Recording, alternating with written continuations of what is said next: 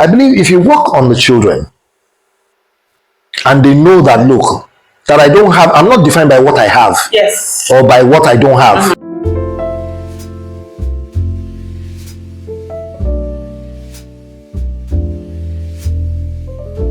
Hi, and welcome once again to SchoolTalk Cafe. Today, we're going to be looking at peer pressure. But before we do that, I think it's proper to introduce myself again. I'm Sele. Well, I'm Ajayo, and speaking of peer pressure, it's more focused on, we're talking about primary and secondary school children. Yes. So peer pressure among that set of group of people, and how students get other students to do things that they are not supposed to be doing, or that they don't want to do, but usually because they see their friend doing it, they also say, oh yeah, let's be there.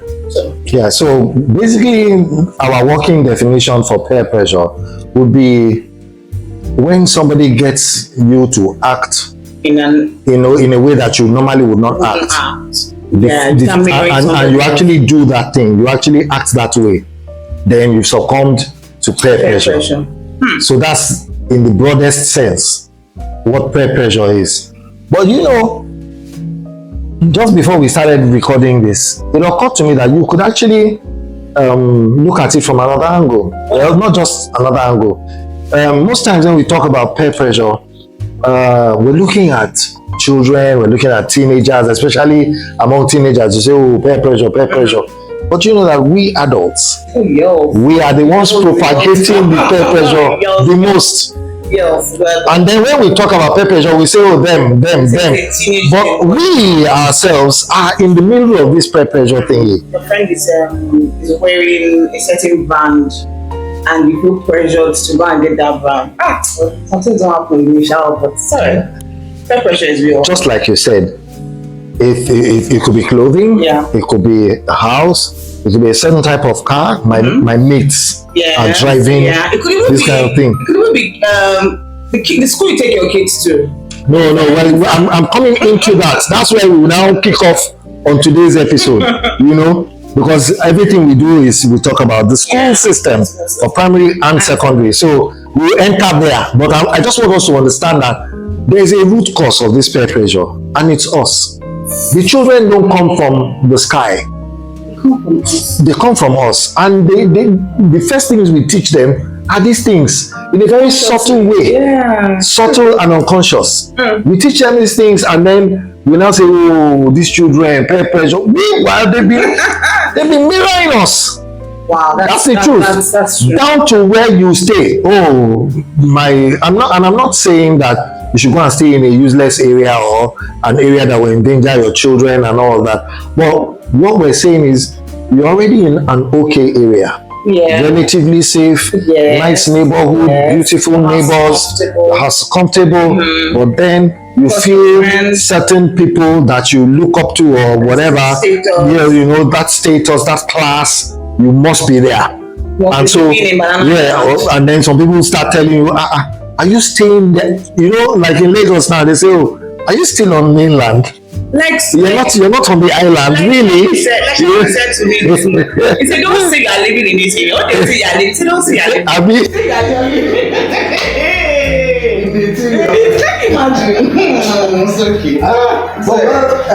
Just like I was saying, you're living. Isn't that houses on the mainland are terrible? I don't understand. I grew up on the mainland. Probably. Yeah, I lived on the mainland for quite a while, and I lived in a very nice neighborhood. Yes. By all standards, beautiful people, respectful people, safe neighborhood, and all of that. So must it be that unless I live on the island, I'm not living yet? And all of that. Now, I'm not saying those who are living on the island they have issues or anything. No, they don't. That's where you want to. If you're living on the island and that's where you would rather be from the scratch, that's good. Congratulations. But don't let anybody pressure you that you must live that if you're not living on the island, then there's a problem. Okay, so now let's bring it home. A friend of mine, I was in my house, and the daughter came in and said, oh, mommy, they're asking us to pay for tablets in school. Tell me about it. Okay. To pay for tablets in school. And The mother says, nope. Do you need the tablets to read? Nope. Do you need the tablets to move forward in school or any? Is it central to your being a student of the school? And the child says no. So we don't need it. Mother after my own heart. And I know where you're going with that. Anyway, so the child feels bad, starts sulking and all of that. And she says, well, my friends are all buying. Everybody in school is buying. I'm not your Lucas you know, and at that point I was, because it was not my business anyway, I was tempted to say, well, come. If your friends are all buying, so you know, but hey, you know my pikin. So I just mellow, but in my head I started thinking. I said, okay, we'll talk about this kind of thing. Yeah. I mean, because it's happening. Today is laptop or tablet. Tomorrow is something else. And these schools come with all sorts of demands and all that. Now, balance. I'm not saying that children should not use tablets. No, that's not. Now, but when they say, oh, you must buy the tablet from the school, or they give one excuse or the other and say you just must buy from them. And then give flimsy reasons why the child needs the tab in school. Like, you know, like there are different textbooks on it. There are different. But there are different apps. But you still make me buy the school's textbook. The textbook, so, and those textbooks are not on the tab. So what textbooks are on the tab that I'm not buying? You know, for me, the issue really is the merchandising that's going on in the name of education. Yeah. You know, and they ride on this peer pressure thing to make sure that parents have no choice. You know, box parents into a corner. Yes. And because we as parents, we are, should I use the word victims? I don't like the word victim, because some of these things these are issues we need to settle within us and say, hey, I'm comfortable in my own skin. Yes. I'm happy with who I am. And that's the only time that you can now pass that down to your children. Yeah. But when you are still struggling with that, and your children are seeing how you bow to pressure amongst your own peers, then it's normal to them. They grew into it. You say, oh, I have to go and get, I've seen especially mothers, you know, oh, they're using flexible pencils in my child's school. And my child has been on my neck, I have to buy, and I'm like, okay, flexible pencils, don't they write like the normal pencils? So what's the, you say, oh, I don't want my child to feel bad, feel alone, feel like, hey, but for me, I think the earlier you start to teach your children to stand out, to be their own person, and not just copy people. Yeah, if you see somebody doing something good, progressive, productive, by all means, emulate, copy it. See how they're doing, and then maybe even add your own twist or your own spin to it, and then take ownership of it. But not that people are doing this thing and I don't want to be left out. And you see that thing permeates the whole of our society. Down to the fact that if you go to the market today, one of the things that the person trying to sell to you says, now this kind one, everybody they buy. That bandwagon effect. And it's a product of peer pressure, really. And I remember so many times I get into the market and I have to tell whoever is trying to sell to me, I don't want the one where everybody will buy. I don't want the one where they rain. If I know everybody is there. They say, oh, now this one they rain. You know, so and you know, do you know that thing works like magic?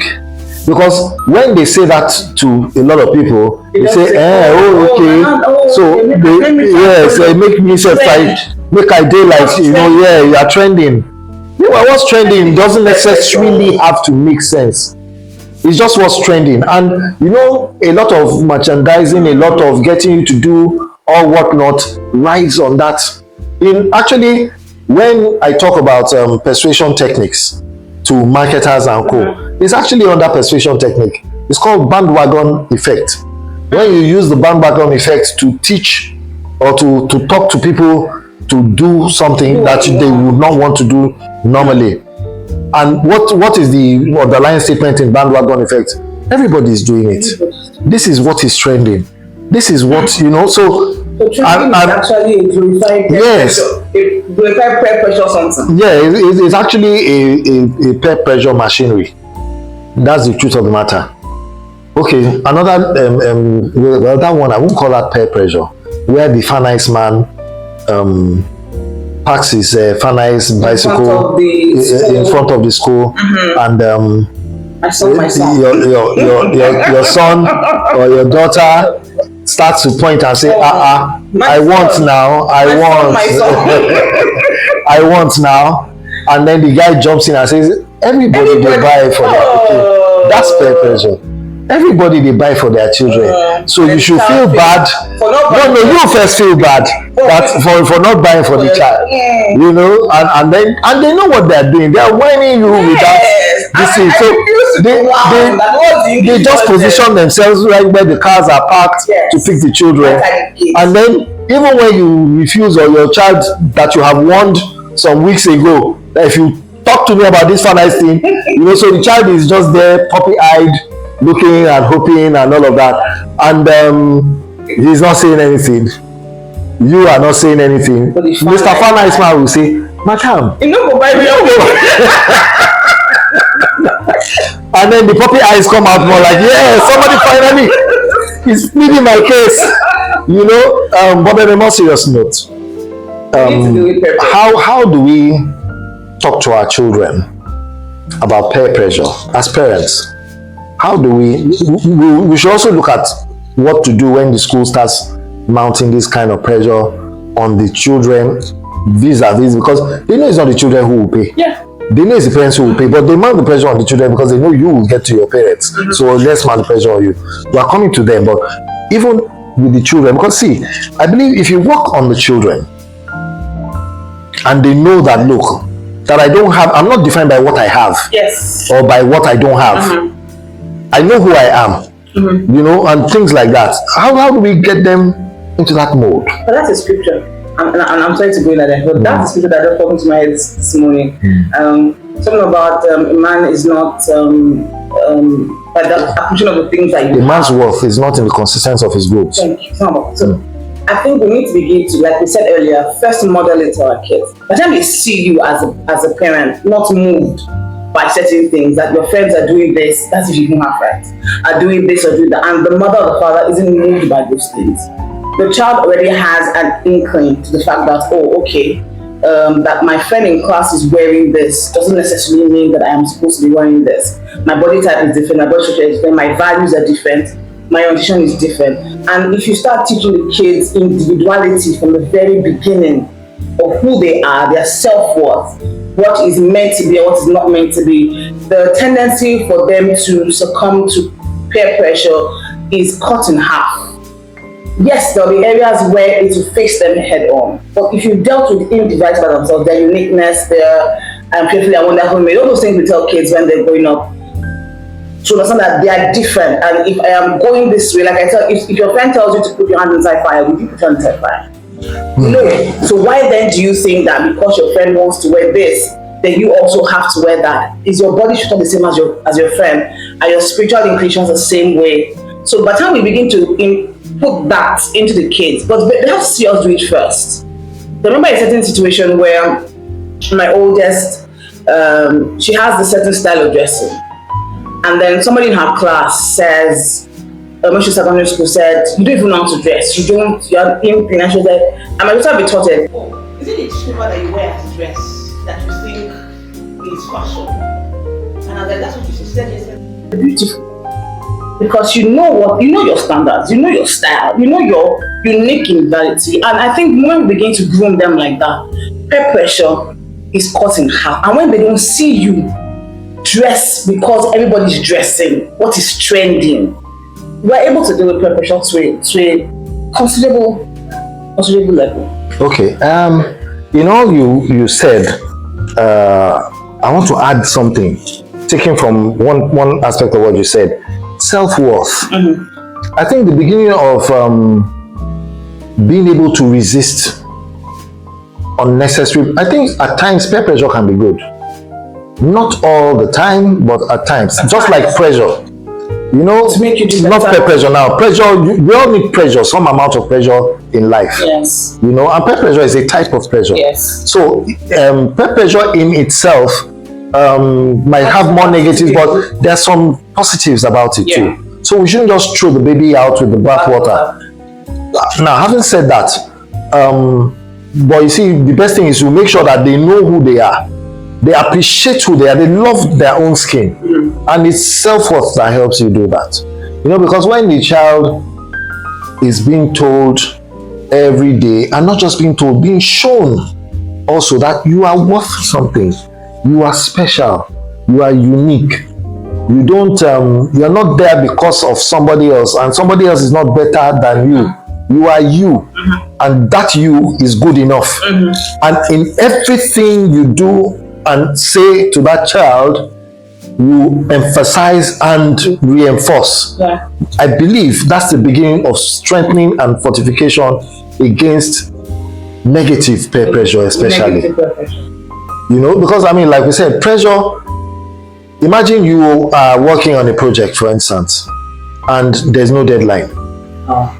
Do you think that project will ever get done? Never. Even if it will get done, safe, maybe 5 years later than it should have been done. I You know, agree. but the minute you set a deadline, Then there's pressure. then there's that pressure. Now that's good pressure. That's good pressure. Yeah, I and, agree. and we need that to get things going and our kids need in life. pressure. And our kids That need pressure that around kind of them. pressure around them. Now, there's some pressures that you look at your surroundings and you feel, I need to buckle up. Even by my own standards, I'm not doing well. I'm not pulling my weight, and I know I'm better than this. And so that's self-pressure even. And it helps ginger you, because you know there's something missing. I'm not okay yet. And then you have somebody around who does a pair who does that, but that's positive. Yeah. peer pressure. So, but it starts with self-worth. So how, I'm still bringing it down to practical steps. How do we, I've mentioned a couple of, but I don't know if you have experiences, I don't know if you have any other ideas. How do we help our children grow up with a strong sense of self-worth? Pray for my angle.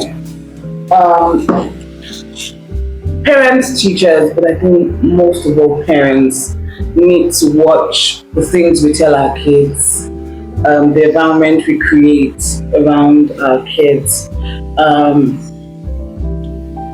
Discipline is key, yes, and all that, but the essence of that child, the child's uniqueness, the things we say.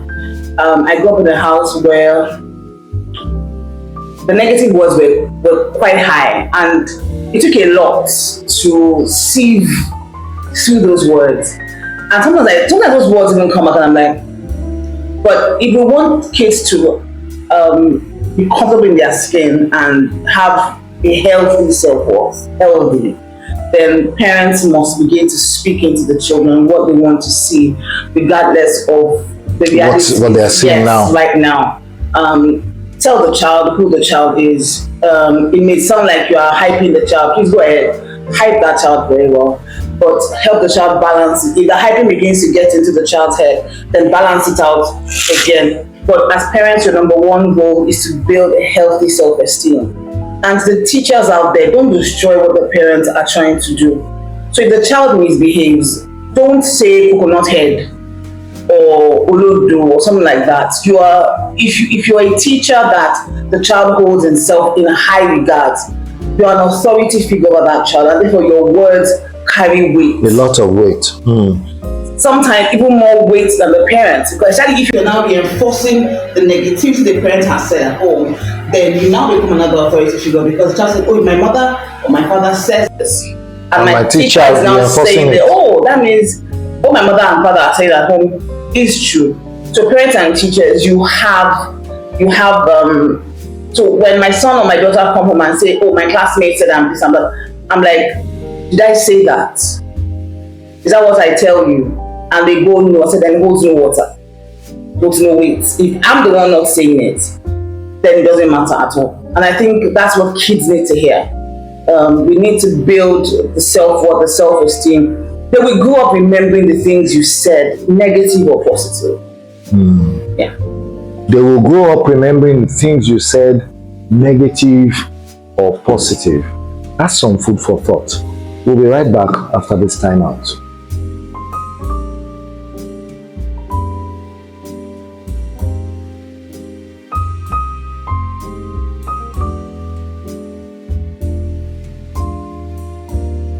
Okay, so I'd just like to add a few things to what you said. That thing about asking them why. I think we should never relent. Mommy should always ask why. Daddy should always ask why. Let the children get used to explaining why. Having that at the back of their mind, that mommy will ask me, daddy will ask me. Once they form that habit, till they grow up, critical thinking, and every process, critical thinking process starts from why. Yeah. Even as an innovator, as an inventor, why must this thing be like this? Okay, they've been doing it like this. Why? You know, so why is such as simple as it looks, it's such a critical question to ask, very foundational. And so when we get them into that mode of, hey, they will ask me why, so let me ask myself before I come. What you're helping that child do is define purpose, reason along functionality lines, reason along achievement lines. What will this thing help you achieve? Why you? So we should ask them those questions instead of just shutting them down outrightly and say no, get out. You know, and some parents do that. Yeah, because you think it's peer pressure. You know, but there's you need to go deeper than that. Understand the child. Yes, hear where that child is coming from. Follow the reasoning pattern and then introduce superior reasoning. Once you get your child understanding and reasoning with you, instead of just vetoing everything they say and saying, I am the parent, I've spoken, and it's fine now. Nah, you know. So starting those conversations with why, what, you know, where, when, those things, they start thinking like that, and that's a good way to think because it helps you think critically. I think on this note, we would end our episode on peer pressure, but I can assure you we've not even scratched the surface, and that's why we always invite you to join the conversation. Let's talk more about it. The comment section is there. Please drop your comments. We will definitely engage you. We will learn from you. We will share what we know also with you. What we do here is to just drop the topic, introduce it somewhat, and get you thinking, get you talking, and get you suggesting. And so on this note, we would like to say bye. Don't forget to like, share, comment, subscribe. Share, comment, subscribe. Subscribe. Share. Yeah. They should share now. They should share now, Abi. Yes. Biko share. It's very important. Please be share so that you will have more granules to eat. You know, please share, like, comment, and subscribe. Thank you for watching. See you in the comment section. Bye.